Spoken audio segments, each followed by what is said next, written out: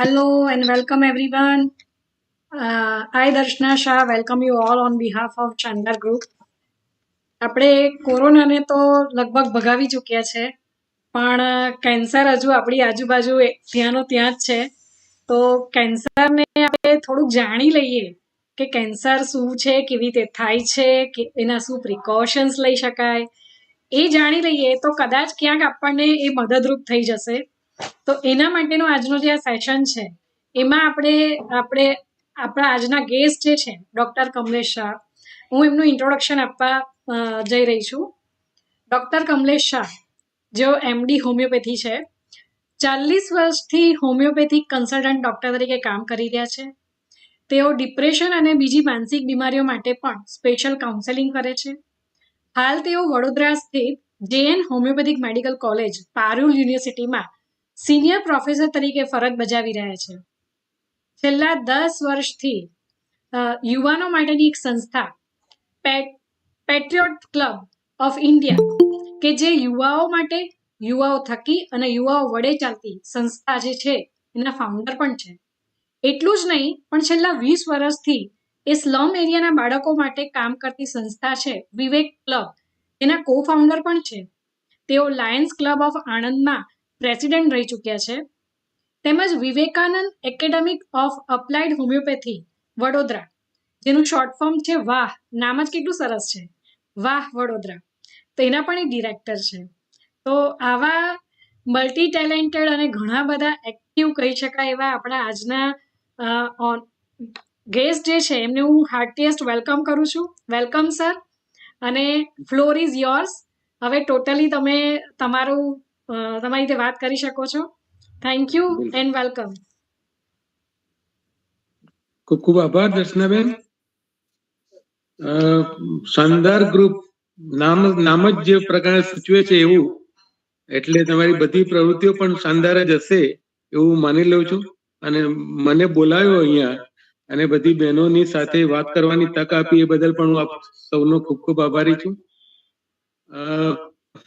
Generally આવા કાર્યક્રમની અંદર, કેમ કે જયારે એકલી બહેનો જ બધું કામ કરી રહી છે, તો એ માટે બહુ જ હું આપ સૌને ખૂબ ખૂબ ધન્યવાદ આપું છું.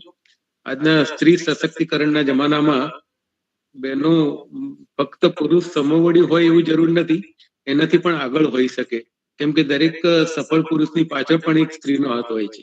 એવું આપણે સાંભળવા પણ આવ્યું છે અને આપણે એનો અનુભવ પણ કરેલો છે. આજના ટોપિક ઉપર આવીશું એટલે થોડી વાતો આપણે બંધ કરીશું. બીજી બધી વાતો આપણે પરિવાર, મને કોઈ મોકો મળશે ત્યારે આપણે જરૂર ભેગા થઈશું. આપના ગ્રુપમાં અથવા અમારી જે સંસ્થા ચાલે છે એમાં પણ આપને બોલાવીશું, આપ સૌને બોલાવીશું. આપની અનુકૂળતા એ ચોક્કસ આવી શકો છો. અમારી બંને સંસ્થાઓ, વિવેક ક્લબ અને પેટ્રિયોટ ક્લબ ઓફ ઇન્ડિયા, એ બંને સંસ્થાઓનું કામકાજ છેલ્લા 20 વર્ષથી થઈ રહ્યું છે. અને એમાં બહુ સિમ્પલ સાદા નિયમો છે, એ પણ આપણે વાત કરીશું કોઈ વાર, હું આપને બોલાવીશ ત્યારે. હમણાં કોરોનાને લીધે બધું બંધ હતું પ્રવૃત્તિઓ, ધીરે ધીરે હમણાં જે કહ્યું એ પ્રમાણે લગભગ કોરોનાને આપણે હરાવી ચૂક્યા છીએ. તો એ પ્રોગ્રામ અમારા શરૂ થશે એટલે આપને ચોક્કસ જાણ કરીશું અને આપ પણ એમને જોડાઈ શકશો સૌ.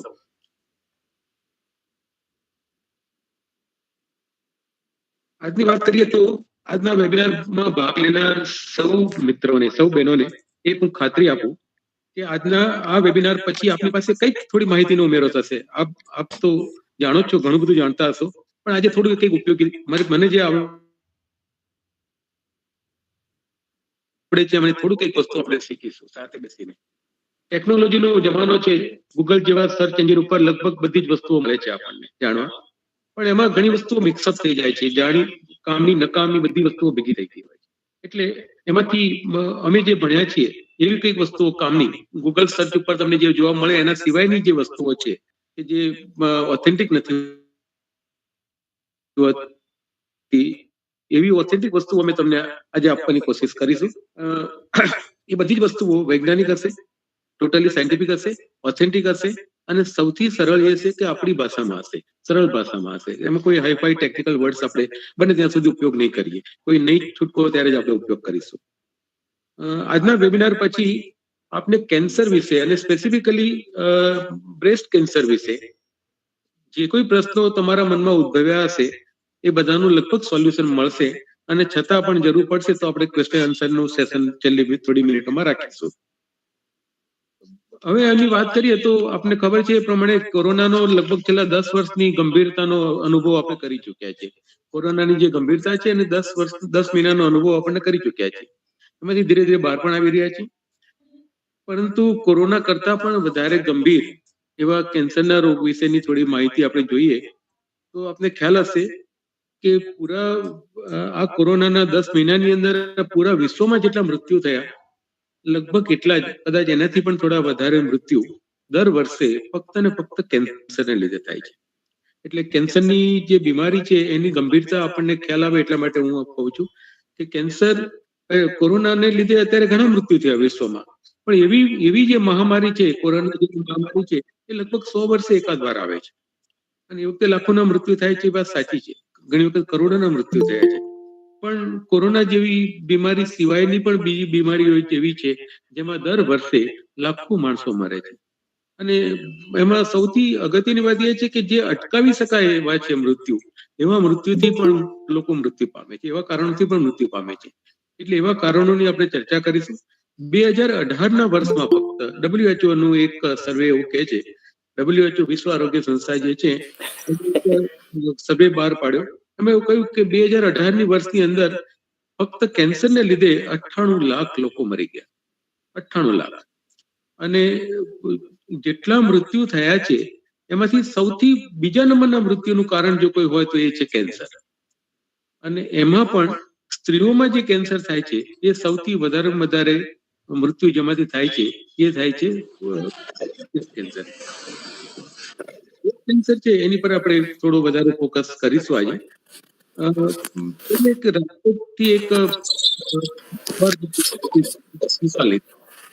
એનો એક રિપોર્ટ એવું કહે છે કે ગુજરાતની અંદર, ગુજરાત જે છે આપણી કેન્સરમાં સૌથી વધારે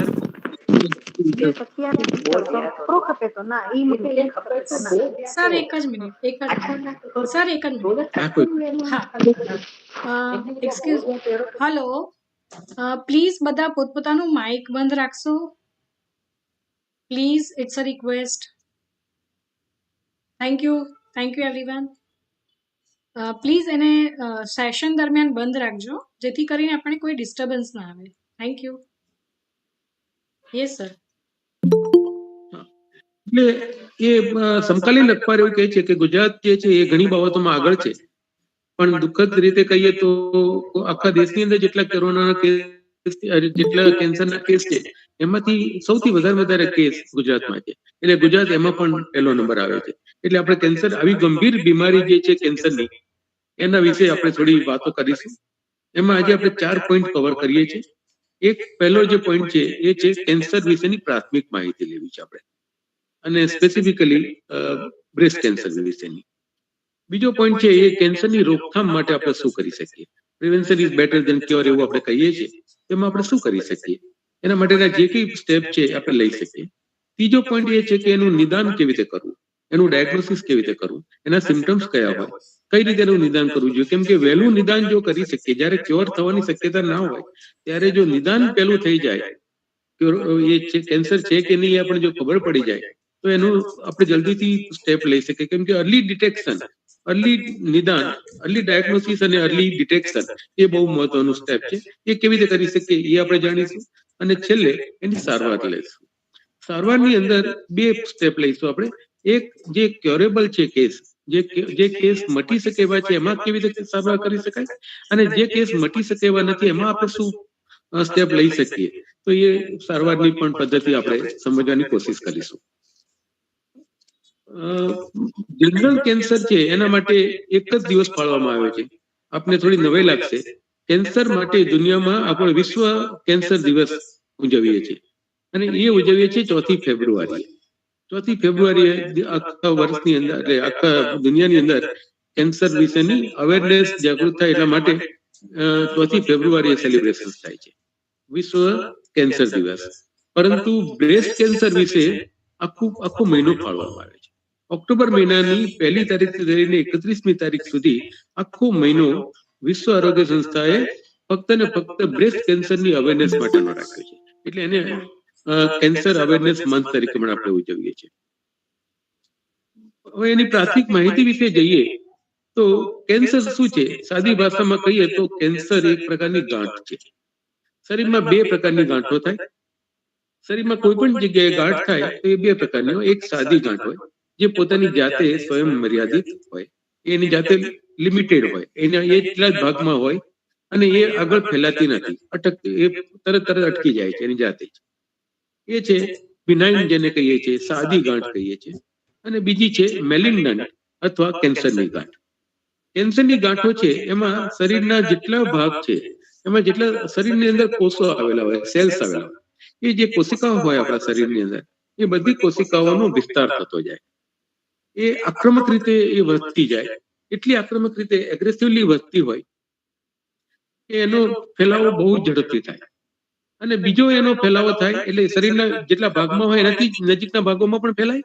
અને આપણે ત્યાં એક લસિકા ગ્રંથિ હોય, જેમ લોહી હોય એવી રીતે લોહીનું જે પરિભ્રમણ થાય, એવી રીતે લસિકા ગ્રંથિઓમાં પણ લિમ્ફનું પરિભ્રમણ થાય. તો પરિભ્રમણ દ્વારા એટલે લસિકા ગ્રંથિ દ્વારા એ શરીરના એક ભાગમાંથી બીજા ભાગમાં પણ ફેલાય અને એને કહેવાય છે મેટાસ્ટેસિસ. મેટાસ્ટેસિસ જ્યારે થાય ત્યારે શરીરના જે ભાગમાં કેન્સર થયું હોય એ કેન્સર ત્યાંથી તમે કાપી નાખો, ભાગ સર્જરી કરી નાખો, તો પણ જો એ ભાગને આખું પહેલાથી મેટાસ્ટેસિસ થયા પહેલા જ જો તમે દૂર કરી નાખો તો વાંધો નથી આવતો. પણ જો એકવાર થઈ ગયું, મેટાસ્ટેસિસ થઈ ગયું, તો પછી ગમે એટલા ભાગ તમે દૂર કરશો તો પણ એનો કોઈ અર્થ નથી સરવાનો. એટલે મેટાસ્ટેસિસ થાય એ પહેલા જ એનું નિદાન થઈ જવું જરૂરી છે. જે મેં હમણાં આપને કહ્યું એ પ્રમાણે અર્લી ડિટેક્શન, અર્લી ડાયગ્નોસિસ બહુ મહત્વનું છે. આ જે ગાંઠો છે, એક પ્રકારની ગાંઠો એવી છે કે જે દેખાતી નથી, એટલે તમને ગાંઠ ના દેખાય. તો એવું જે કેન્સર થાય છે એને કહીએ છીએ લ્યુકોમિયા, કે જે વિઝિબલ ગાંઠો ના હોય. એ બ્લડનું કેન્સર જેને કહીએ છીએ આપણે, લોહીનું કેન્સર કહીએ છીએ, એ ગાંઠો આપણે દેખાતી નથી. કેન્સરનો અભ્યાસ, એના વિશેનું નિદાન, એની સારવાર અને એના રોકથામ વિશેની જે આખી પદ્ધતિ છે, એ જે કામ કરે છે એ સિસ્ટમને આપણે ઓન્કોલોજી કહીએ છીએ. મેડિકલ ભાષામાં એની જે શાખા છે એને ઓન્કોલોજી કહીએ છીએ. અને જે ડોક્ટર આમાં કામ કરે છે એને કહીએ છીએ ઓન્કોલોજિસ્ટ. એટલે ઓન્કોલોજીસ્ટ જે હોય એ આપણને આના વિશેની ડિટેલ્સ પૂરી પાડી શકે. અમે તમને સામાન્ય માહિતી ચોક્કસ આપીશું જે જરૂરી છે. તમે મિસગાઈડ ન થાઓ એટલા પૂરતી જે માહિતી જરૂરી છે એટલી ચોક્કસ તમને મળશે. પણ બાકીની જે સારવાર જે કરે છે એવા લોકોની પાસે, એમાં અમે જે સારવાર કરીએ છીએ હોમિયોપેથીમાં, એના વિશેની ડિટેલ્સ હું તમને આપીશ બધાને. કેન્સર ગમે તે ઉંમરની વ્યક્તિને થઈ શકે છે, કોઈ પણ ઉંમરની, ગર્ભાવસ્થામાંથી લઈને મોટી ઉંમર વૃદ્ધ વ્યક્તિ સુધી કેન્સરનો ભોગ બની શકે છે કોઈ પણ વ્યક્તિ. જ્યાં સુધી બ્રેસ્ટ કેન્સરનો સવાલ છે ત્યાં સુધી એ જનરલી 20 વર્ષની ઉંમર પછી શરૂ થાય છે અને 70 વર્ષ સુધી એ કેન્સરનો એમાં કોઈને પણ થઈ શકે છે. કેન્સર થવાના જે કારણો છે એને આપણે બે ભાગમાં વહેંચીશું. એક એવા કારણો છે કે જેનો કંટ્રોલ આપણા હાથમાં નથી, અને બીજો એવો છે કે જે આપણા હાથમાં છે કંટ્રોલ. આપણા હાથમાં નથી એવા જે કારણો છે એ છે આનુવાંશિક, જેને આપણે કહીએ કે આપણે વારસાગત મળ્યા છે. મારા પેરેન્ટ્સમાંથી કોઈને હોય અથવા મારા ફોર ફાધર્સને હોય, મારા ગ્રાન્ડ પેરેન્ટ્સને કઈ હોય, અને એ કેન્સર પછી મારી ઉપર એ સબમિટ થયું, ટ્રાન્સમિટ થયું હોય તો એ મને થઈ શકે છે. એટલે પહેલું જે છે મારા હાથમાં નથી, પણ એને આપણે રોકી શકવાનું આપણા હાથમાં છે. મારા ગ્રાન્ડફાધરને થયું હોય કે મારા ફાધરને હોય અને એ મારે ના થવું હોય તો મારે શું કરી શકાય, એ પગલા આપણે આગળ નક્કી કરીએ. એટલે એક કારણ બન્યું આનુવંશિક, જેને આપણે કહીએ છીએ હેરિડિટરી ફેક્ટર, વારસાગત. બીજું કારણ કહીએ છીએ ફેમિલી હિસ્ટ્રી. ફેમિલીમાં ખાલી મારા પેરેન્ટ્સને જ હોય એવું જરૂર નથી, મારા ફેમિલીમાં પણ જો કોઈને હોય તો એ પણ એના ગુણ મારામાં પણ આવી શકે છે. એટલે ફેમિલી હિસ્ટ્રી આપણે જોવી જોઈએ. પાસ્ટ આપણે બધાની ફેમિલી હિસ્ટ્રી આપણે જોવી જોઈએ કે કોને કોને કેન્સર થઈ શક્યું છે, થયેલું છે. ત્રીજી છે એ ઉંમરની સાથે બહુ લાગુ પડે છે. ઉંમર છે એમ જેમ જેમ વધે એમ દરેક કેન્સર છે એ લગભગ ઉંમર જેમ વધે એમ એના રિસ્ક ફેક્ટર વધતા જાય, કેન્સર થવાની સંભાવનાઓ વધતી જાય છે. હવે જે કારણો છે જે આપણા હાથમાં છે, જેના વિશે આજે સ્પેસિફિકલી આપણે ધ્યાન આપવાનું છે, એ છે આપણે અટકાવી શકીએ એવા કારણો કયા છે. પુરુષો માટે તમાકુ અને ધૂમ્રપાન છે. કોઈ પણ સ્વરૂપમાં તમાકુ કોઈ ખાતું હોય, ઇવન બહેનો પણ, આજના મોડર્ન જમાનાની બહેનો પણ તમાકુ અને ધૂમ્રપાન, હું કોઈને નામ નથી લેતો, એટલે માફ કરજો, આપ તો બધા શિક્ષિત છો અને બહુ સંસ્કારી છો, એટલે કશું નથી. પણ આપણે આજુબાજુમાં પણ કોઈ રહેતું હોય તો આપણે એને કહી શકીશું આ વસ્તુ. એટલે તમાકુ અને ધૂમ્રપાન બહુ મોટું કારણ છે. એ પુરુષો અને સ્ત્રીઓમાં લગભગ ઇક્વલી એ લાગુ પડે છે. ઘણી બહેનો મેં જોઈ છે કે જે શાકભાજી વેચતી હોય છે, એવા લોકોને પણ તમાકુનું વ્યસન હોય છે. એમાં ઘણી બહેનો એવી છે કે જેને તમાકુની પેસ્ટ વાપરે છે. ટૂથપેસ્ટ જે આપણે લઈએ, ઇફકો નામ આપણે સાંભળ્યું હશે, તો એ પણ એનાથી પણ થઈ શકે છે. પુરુષોની અંદર ગુટકા, મસાલા, એ જે ગુટકા ખાય છે તમાકુ વાળા, એનાથી પણ કેન્સર થવાના બહુ મોટા. અને એ બધાને મારે આપ સૌને રિક્વેસ્ટ એ કરવાની કે જો આપની આજુબાજુમાં કોઈ પણ વ્યક્તિ ગુટકા ખાતું હોય, કોઈ પણ સ્ત્રી હોય, પુરુષ હોય, નાનું બાળક હોય કે વૃદ્ધ વ્યક્તિ હોય, તો એને એટલું સજેસ્ટ કરો કે આપ એકવાર એક બોમ્બેની કેન્સર હોસ્પિટલ છે ત્યાં જાય. કેન્સર હોસ્પિટલ છે, બહુ સરસ હોસ્પિટલ છે, અને એનો આખી હોસ્પિટલ કેન્સર માટેની છે, બહુ સરસ હોસ્પિટલ છે. એના એખાદા ડિપાર્ટમેન્ટમાં જઈ અને એમાં જે ઓરોફેરિંજલ વિભાગ છે, જેને કહીએ મુખનું કેન્સર છે, મોંનું કેન્સર છે, એવા વિભાગમાં જાય તો ત્યાં જઈને એની પરિસ્થિતિ જોશે ને તો ગુટકા ખાવાનું બંધ કરી દેશે. કેમ કે આખું જડબું સૂજી ગયું હોય, એટલું બધું અહીંયા સોજો હોય, મોઢું ખોલી ના શકાતું હોય, અહીંયાથી મોઢું બંધ પણ કરી દીધેલું હોય, ખાવાનું અહીંયાથી ટ્યુબથી આપવામાં આવ્યું હોય, એટલે અહીંયાથી સીધું આપી દીધું હોય, શ્વાસ પણ ના લેવાતો હોય અહીંયાથી. આ બધી વસ્તુઓ તમે જોઈએ ને જ્યારે, અથવા એના ખાલી ફોટા પણ જોશો તો એ તમાકુ ખાવાનું બંધ થઈ જશે આપણું. આલ્કોહોલ છે એ પણ એક બહુ મોટું કારણ ગણાય છે. અને હવે આલ્કોહોલ એવું નથી કે ફક્ત પુરુષો જ પીવે છે. દારૂ પીવાનું વ્યસન જે છે એ બધાને, મોટાભાગનાને આજના મોડર્ન જમાનામાં એ ફેશન પણ ગણાય છે. એટલે એ પણ એક મુખ્ય કારણ છે. સખત તડકામાં એક્સપોઝર થાય, તડકાને લીધે કેન્સર, ચામડીનું કેન્સર થઈ શકે છે. સ્કિન કેન્સર જે છે એ તડકાનું એક્સપોઝર, ફ્રીક્વન્ટ એક્સપોઝર, અને એ પણ મિડ ડે હીટ જેને કહીએ આપણે, બપોરના તડકાનું જો આપણને ખુલ્લામાં આપણે જઈએ કશું, એટલે હાથમાં છત્રી કે એવું કંઈ રાખીને પણ જવાની રાખવું જોઈએ. અથવા તમે કવર્ડ એરિયામાં બેસો, અનકવર્ડ એરિયા હોય, ખુલ્લો એરિયા હોય એવામાં ના બેસો. બીજા જે કારણો છે એમાં છે કસરતનો અભાવ, બેઠાડું જીવન, આ બધા કારણો છે. એક છે આપણા ખાનપાન અને આહાર વિહાર જેને કહીએ છીએ. આ બહુ મોટી વસ્તુઓ છે અને એ વસ્તુઓ પર આપણે થોડું વધારે ફોકસ કરીશું. ખાનપાન જે છે, ખાનપાનની અંદર અહીંયા બધી બહેનો છે તો એ બહેનોને વધારે ખ્યાલ આવશે કે આપણે બહાર જઈએ છીએ તો ચા પીએ છીએ, ચાની પેટ એવું છે તો આપણે ચા શું કરીએ છીએ, પ્લાસ્ટિકના કપમાં ચા પીએ છીએ. હવે તો સરકારે પ્રતિબંધ મૂકી દીધો છે, પણ છતાંય એ કપની અંદર જ ચા પીવા મળે છે અને આપણે ચા પીવી પડે છે. એટલે ચા ન પીવી એ સારી. ચા નહીં પીવાથી જેટલું નુકસાન થશે તમને, કદાચ તમારું પેટ સાફ નહીં આવે, તમને ટેવ વ્યસન થઈ ગયા છે, માથું થોડી વાર દુખશે, પણ પેલામાં પીવાથી એક વારનું એક્સપોઝર પણ તમને નુકસાન કરી શકે છે. કેમ કે ગરમ વસ્તુ પ્લાસ્ટિકમાં જ્યારે અડે છે ત્યારે એ પોઈઝન બની જાય છે. એટલે કાર્સિનોજેનિક સબસ્ટન્સ કહીએ છીએ એને, કે જેનાથી કેન્સર થવાની સંભાવના છે એવા સબસ્ટન્સ છે, અને એમાં સૌથી મોટામાં મોટું છે પ્લાસ્ટિક. તો આપણી પ્લાસ્ટિકની કોઈ પણ વસ્તુઓ છે એની અંદર પણ આપણે વર્તન, આપણે જે રસોડામાં આપણે જે વાસણો રાખીએ છીએ એમાં પણ પ્લાસ્ટિકનું વર્તન એ કાઢી નાખો. પ્લાસ્ટિકના કોઈ પણ ડબ્બાની અંદર ગરમ વસ્તુઓ ના ભરો. પ્લાસ્ટિકનો કન્ટેનર તરીકે ઉપયોગ કરવો હોય તો ફક્ત ઠંડી વસ્તુઓ ભરવાની રાખો. પ્લાસ્ટિક એક સૌથી મોટામાં મોટું દૂષણ છે. અને આપણે જોવા જઈએ તો પર્યાવરણની દ્રષ્ટિએ પણ જોઈએ તો પણ એ બહુ મોટું નુકસાન છે. કેમ કે પ્લાસ્ટિકનું રિસાયકલિંગ એમાં થઈ શકે છે, તો એવા પણ ઉપાય આપણે કરવા જોઈએ. આપ લોકો ઘણા બધા કાર્યક્રમો કરતા પણ હશો, તો એક પ્લાસ્ટિક વિશે પણ થોડું ધ્યાન રાખજો. અને ખાસ કેન્સર માટેની જે બાબત છે એમાં તો ખાસ ધ્યાન રાખવાની જરૂર છે. કોઈ પણ વસ્તુ રીહીટ કરો તો તમે ફરીવાર ગરમ કરો, તો આપણે ઓવનનો ઉપયોગ કરીએ છીએ, એ ઓવનના જે રેડિયેશન્સ છે એમાંથી પણ કેન્સર થવાની સંભાવનાઓ પૂરેપૂરી છે. જાપાનમાં છેલ્લો રિપોર્ટ એવું કહે છે કે જાપાનની અંદર ઓવન હવે નવા પ્રોડક્શન કરવાનું બંધ કરી દીધું છે. અમેરિકાની અંદર જેટલા પ્રોડક્શન છે એના એ લોકોએ તો એનું ડિસ્પોઝ ઓફ કરવાનું પણ ચાલુ કરી દીધું છે. એટલે આપણા દેશમાં પણ જો હમણાં કોરોના ના આવ્યો હોત તો એની પર ફોકસ કરવાના હતા. આપણી હેલ્થ પોલિસી છે એમાં પણ આ વસ્તુઓ ડિક્લેર થઈ હતી કે ઓવનનો ઉપયોગ બંધ કરી દેવો, એટલે નવા ઓવન બનાવવાની, જૂના જેટલા છે એને પણ ડિસ્ટ્રોય કેવી રીતે કરી લેવા. કેમ કે ઓવનની અંદર રીહીટ કરો છો, એવી રીતે રીહીટ જ્યારે આપણે આપણી મોટાભાગની બહેનો હોય, મારી વાઈફ હોય કે મારી બેન હોય કે મારી મમ્મી હોય, એમને પણ ખબર છે, આપણે બધાને કરકસર એ ગુજરાતીનો સ્વભાવ પણ છે, આપણે જ્યાં ખર્ચવા હોય છે ત્યાં ખર્ચીએ પણ છીએ, સારી વસ્તુ છે. પરંતુ તેલ વિશે આપણે તેલની અંદર બે વસ્તુ ધ્યાન રાખવાની છે.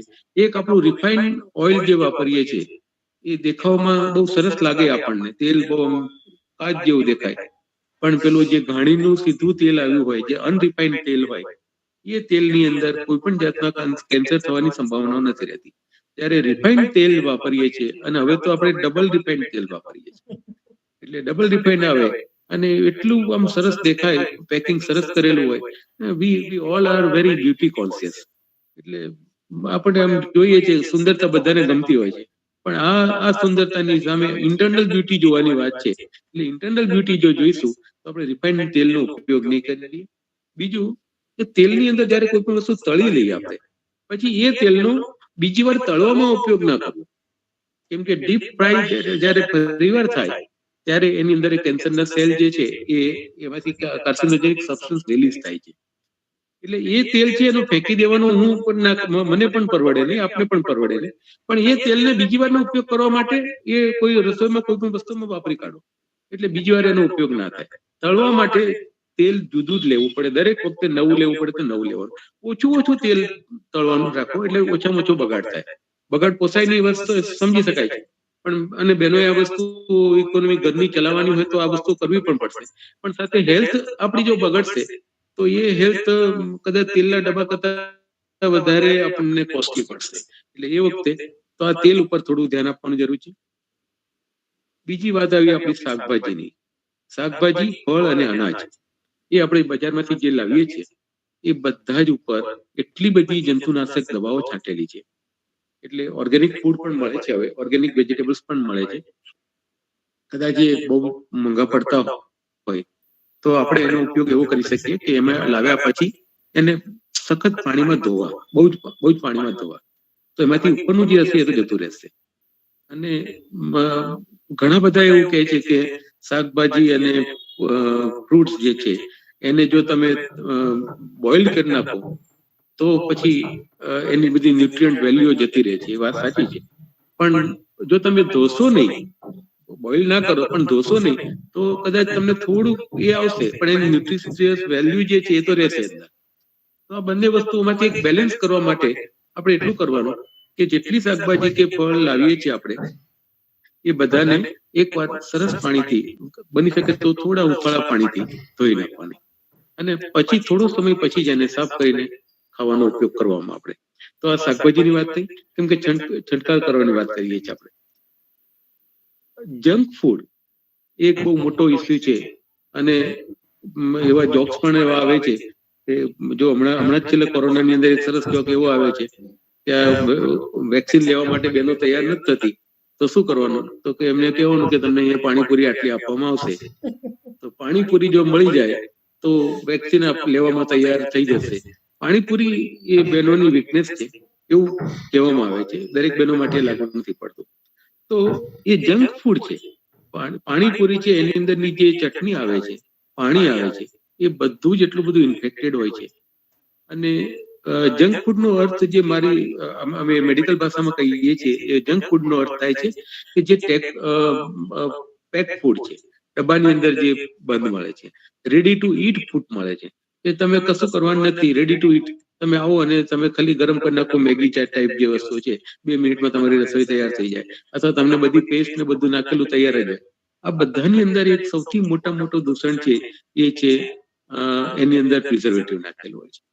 અને પ્રિઝર્વેટિવ જે છે that works as a cancer carcinogenic, એટલે એક કેન્સર ઊભું કરનારા તત્વો એની અંદર છે. ચાઇનીઝ ફૂડ ચાઇનીઝ ફૂડ આપણે બધા બહુ શોખીન છીએ, પણ ચાઇનીઝ ફૂડની અંદર પણ એવી વસ્તુઓ છે કે જેનો ઉપયોગ એમના દેશમાં પણ નથી થતો, એમના દેશમાં પણ પ્રતિબંધ થઈ ગયો છે, પણ એ વસ્તુ અહીંયા આપણે ત્યાં મોકલી આપે છે. એટલે આ બધી વસ્તુઓ પર જો આપણે મૂકી બંધ કરીએ, આટલી વસ્તુઓની સાથે સાથે એક છે પ્રતિબંધિત દવાઓનો ઉપયોગ. જે દવાઓ પ્રતિબંધિત છે, અમુક દેશમાં અમુક દવાઓ પ્રતિબંધિત છે, આપણા દેશમાં એ ખુલ્લી છે, તો એવી દવાઓનું પણ એક લિસ્ટ આપણી પાસે હોવું જોઈએ. આપણે દવા લઈએ જ્યારે કોઈ પણ દવા આપણને પ્રિસ્ક્રાઇબ કરવામાં આવી હોય ત્યારે જોઈ લેવી કે આ દવા આપણા દેશમાં એલાઉડ છે. ભલે અહીંયા મળે છે છૂટતી, પણ એની પર પ્રતિબંધ મૂકેલો હોય છે, છતાં પ્રોડક્શન ચાલુ હોય છે. તો એ પણ આપણે ધ્યાન રાખવું પડશે કે પ્રતિબંધિત દવાઓ જે છે કે જેને કેન્સરને લીધે એની અંદર એમાં લખી જ હોય છે સાઈડ ઇફેક્ટ. અમુક દવાની અંદર સાઈડ ઇફેક્ટ હોય અને એ સાઈડ ઇફેક્ટ લખેલું હોય કે એનાથી કેન્સર થવાની સંભાવના છે. બ્રેસ્ટ કેન્સરની વાત કરીએ તો અગેન મેં હમણાં કહ્યું હતું એ પ્રમાણે આપણે ત્યાં બહેનો છે એ બ્યુટી કોન્શિયસ છે, એટલે બ્રેસ્ટ ફીડિંગ જે છે એ જેટલો સમય કરાવવો જોઈએ એટલો સમય કરાવતા નથી. તો બ્રેસ્ટ ફીડિંગ ઓછામાં ઓછું 1 વર્ષ સુધી જો કરાવવામાં આવે તો કેન્સર થવાની શક્યતાઓ, બ્રેસ્ટ કેન્સર થવાની શક્યતાઓ લગભગ ખતમ થઈ જાય છે. એટલે પહેલાના જમાનામાં બ્રેસ્ટ કેન્સર નતા થતા, એટલા બધા ઓછા થતા હતા, અને હવે વધારે થાય છે. એનું કારણ છે કે બ્રેસ્ટ ફીડિંગ, બહેનોને પોતાની ફિગર સાચવવી હોય છે એટલે બ્રેસ્ટ ફીડિંગ નથી કરાવતા. તો આ એક પણ મોટું ધ્યાન રાખવા જેવું એક પરિબળ છે આપણા માટે. અને આ બધા જ કારણો સિવાય એક કારણ, એક અગત્યનું કારણ એવું છે જેને આપણે કહીએ છીએ, અમે એને મેડિકલ લેંગ્વેજમાં એવું કહીએ છીએ કે there is always a thought prior to an action. મને હું કોઈને કહું છું, મારા ઘરમાં કોઈ બેઠું છે એને હું કહું છું કે મને પાણી પીવું છે, મારા માટે પાણીનો એક ગ્લાસ લઈ આવે છે. હું જે બોલું છું એ તમને સંભળાય છે, હું તમને એ જે લેવા જાય છે એ તમે જોઈ શકો છો, એ પાણી મને આપશે, હું ગ્લાસનો પાણી લઉં છું ને હું પાણી પીવું છું, બધું તમે જોઈ શકશો. આ વસ્તુ તમે બધાને ફીલ થશે. પણ જે નથી જોઈ શકતા આ બધા કાર્યો છે, એક્શન છે. મેં કોઈને પાણી લાવવાનું કહ્યું, કોઈએ મને પાણી લાવી આપ્યું, મેં પાણી પીધું. આ ત્રણ વસ્તુઓ કાર્ય છે, અને એ કાર્યની પાછળનું જે કારણ છે એ છે મને તરસ લાગી હતી. I was thirsty. મને તરસ લાગી હતી, એ મુખ્ય કારણ હતું. અને એ કારણ તો સૌથી પહેલા એવું કહીએ છીએ કે કોઈ પણ કારણ તમને જ્યાં દેખાય, action is always, there is always a thought prior to an action. એક્શનની પહેલા એક કારણ, તમે ત્યાં એક થોટ દેખાય, વિચારો, અને એ વિચાર એ જ સિદ્ધાંત લાગુ પડે છે કોઈ પણ રોગ માટે, સ્પેસિફિકલી કેન્સર અને બીજા જે રોગો આપણે કહીએ છીએ જેને આપણે મનોવૈજ્ઞાનિક રોગો કહીએ છીએ, એવા રોગોની અંદર મુખ્ય વસ્તુઓ છે સ્ટ્રેસ. તમે બધા જ એક લેડીઝ ગ્રુપ ચલાવો છો, એટલે ખાસ હું એમને કહીશ કે બહેનોની અંદર સૌથી સ્ટ્રેસનું કારણ કયું છે? દેખાદેખી, ઈર્ષા. ઈર્ષા એટલે એક પેલી જાહેરાત આવતી હતી પેલી નિરમા વોશિંગ પાવડરની कि मेरी साड़ी उसकी साड़ी से सफेद क्यों, ज्यादा सफेद क्यों, उसकी साड़ी, वो साड़ी मेरी साड़ी से ज्यादा सफेद.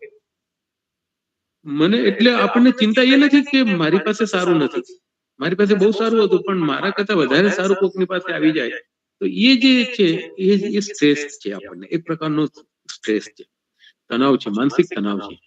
અને આપણું શરીર જે છે એ આપણા મનની ઉપર જે કઈ અસરો આવે છે એ બધી અસરો અંદર ભેગી થયા કરે, અને પછી જયારે એનો વિસ્ફોટ થાય ત્યારે શરીરની સામે બળવો કરે, અને શરીરની અંદર આપણને બધા અલગ અલગ રોગ આપે. કેટલા રોગો છે આપણે બધાને ખ્યાલ હશે, કદાચ આપણે ડાયાબિટીસ વિશે સાંભળ્યું હશે. તો ડાયાબિટીસ કોને થાય છે? કે જે બહુ સ્ટ્રેસ લે છે, અથવા ડાયાબિટીસ થયો હોય ને પછી પણ સ્ટ્રેસ લેવામાં આવે તો ડાયાબિટીસની એની ગોળી વધારે દેવી પડે, ઇન્સ્યુલિન લેવાનું ચાલુ કર્યું હોય તો ઇન્સ્યુલિનનો ડોઝ વધારે દેવો પડે, ગોળી વધારે દેવી પડે. સ્ટ્રેસ એ એનાથી એક્ઝાગરેટ કરનારું ફેક્ટર છે, એગ્રાવેટ કરનારું ફેક્ટર છે. એટલે માનસિક તણાવ જે છે એ બધા રોગોનું મૂળ છે.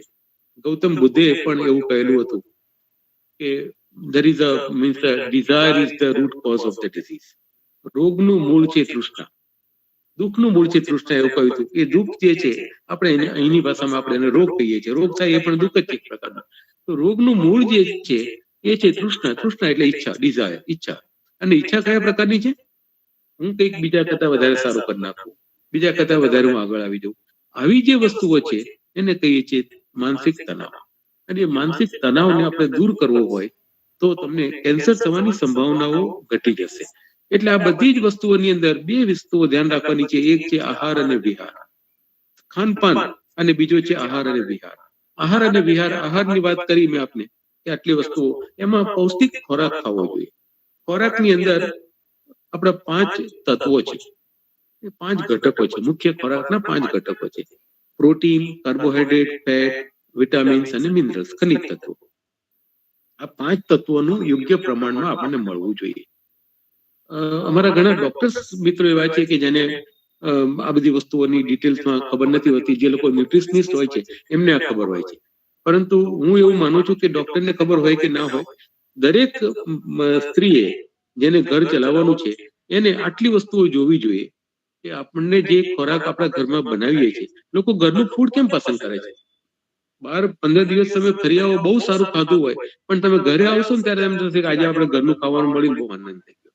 ઘરનું ખાવાનું મળે છે એની અંદર એક તો ઘરના લોકોનો, બનાવનારી બહેનોનો પ્રેમ હોય છે, અને એનાથી વધારે એમાં સાત્વિકતા હોય છે.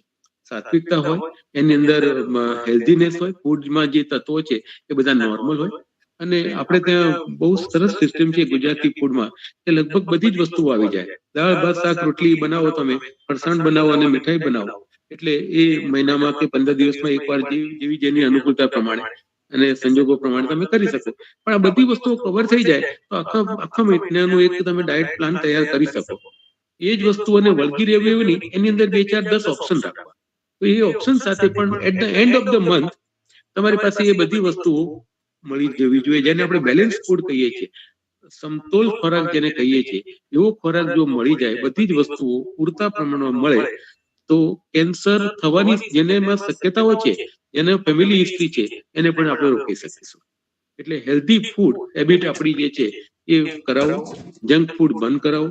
જંક ફૂડ જેટલું થતું હોય એને ધીરે ધીરે ઓછું કરી નાખો. બંધ કરશો આજને આજે એમ કહી દો કે હું કાલથી બંધ કરી દઈશ, તો કદાચ એ શક્ય પણ નથી. ઘણા સંજોગો એવા હશે કે જેમને એના સિવાય બીજું કોઈ ખાવાનું પણ મળવાનું નથી. પણ બની શકે ત્યાં સુધી જો આટલા પોઈન્ટ આપણે કવર કરીએ તો આપણી હેલ્થને, હું આપને મારો પોતાનો અનુભવ એવો કહીશ કે છેલ્લા 25 વર્ષથી આઈ હેવ નેવર બીન સિક. હું એક પણ દિવસ બીમાર નથી પડ્યો, ક્યારે નહીં. મેં મારી સિક લીવ લીધી હોય એવું મને યાદ નથી. એટલા માટે નહીં, કેમ કે મેં જ્યારથી આ નક્કી કર્યું કે prevention is better than cure, એને અમલમાં મૂકવાનું ચાલુ કર્યું. અને એના માટે પહેલું આવ્યું છે ખાનપાન, અને બીજું છે આહાર વિહાર. આહાર વિહારનો અર્થ બંને થાય છે કે જેમાં આપણે માનસિક આપણું બેલેન્સ છે એને બનાવીને રાખવાનું છે. ગુસ્સો કરવો તો બહુ સહેલો હોય છે. તમે તમારા પતિ સાથે કદાચ કંઈક થોડું બોલવાનું થયું હોય, પતિ તો જતા રહેશે ઓફિસે, અને ઘરે પછી છોકરાઓને આપણે મારવાનું ચાલુ કરી દઈએ, તો શું થશે? ગુસ્સો કરશે એટલે ગુસ્સો તો બંનેને નુકસાન કરશે. તમને નુકસાન કરશે, તમારા છોકરાને જેનો કોઈ ગુનો નથી કર્યો એને નુકસાન થશે, અને તમારા પતિને પણ નુકસાન થશે. એટલે એ જે ગુસ્સો છે એ જો આપણો સ્વભાવ થઈ જશે, વંશાભાઈ તો કરવો પણ પડશે, ગુસ્સો કરવો જોઈએ, પણ જો વધારે પ્રમાણમાં થતો હોય તો એ that can lead to stress, અને એ સ્ટ્રેસને લીધે તમારી ઇમ્યુનિટી જે છે એ ઓછી પડશે, અને કેન્સર જેવા અનેક રોગો થવાની આપણને સંભાવના રહેશે. એટલે આહાર વિહાર, અને એમાં આપણું જે ડે ટુ ડે વોકિંગ છે, ડે ટુ ડે વર્કિંગ છે, એને તમારે બહુ સરસ રીતે પ્લાન વેમાં કરવું પડશે. હું એના વિશે થોડી બીજી માહિતી આપીશ કે જેમાં કેન્સર અને બીજા રોગોને આપણે અટકાવી શકીએ. એમાં એક કારણ એ જ છે, આપણે જ્યારે રાત્રે સૂઈએ છીએ ત્યારે એવું તો કઈ હોતું નથી કે જેમ આપણે સ્વિચ બંધ કરીએ અને આપણને લાઈટ બંધ થઈ જાય એવી રીતે આપણે પથારીમાં પડીએ તરત ઊંઘ આવી જાય, એવું તો કઈ હોતું નથી. કોક વાર એવું બનતું પણ હોય, પણ મોટા ભાગના કિસ્સામાં એવું નથી બનતું. તો એ કિસ્સાની અંદર જ્યારે તમે પથારીમાં જાઓ, when you go to bed, અને તમને એકચ્યુઅલ ઊંઘ આવે, એ બેની વચ્ચેનો એક ડિફરન્સ, ગેપ ઉભો કરવાનો. અને એ ગેપને તમારે 5 મિનિટથી લઈને 50 મિનિટ સુધી એક્સટેન્ડ કરવાનો તમારી જાતે. This is a good planning. I am giving you a good exercise. A exercise તમે બધા જ કરી શકો. હું તો રોજ છેલ્લા 40 વર્ષથી કરું છું આ એક્સરસાઇઝ.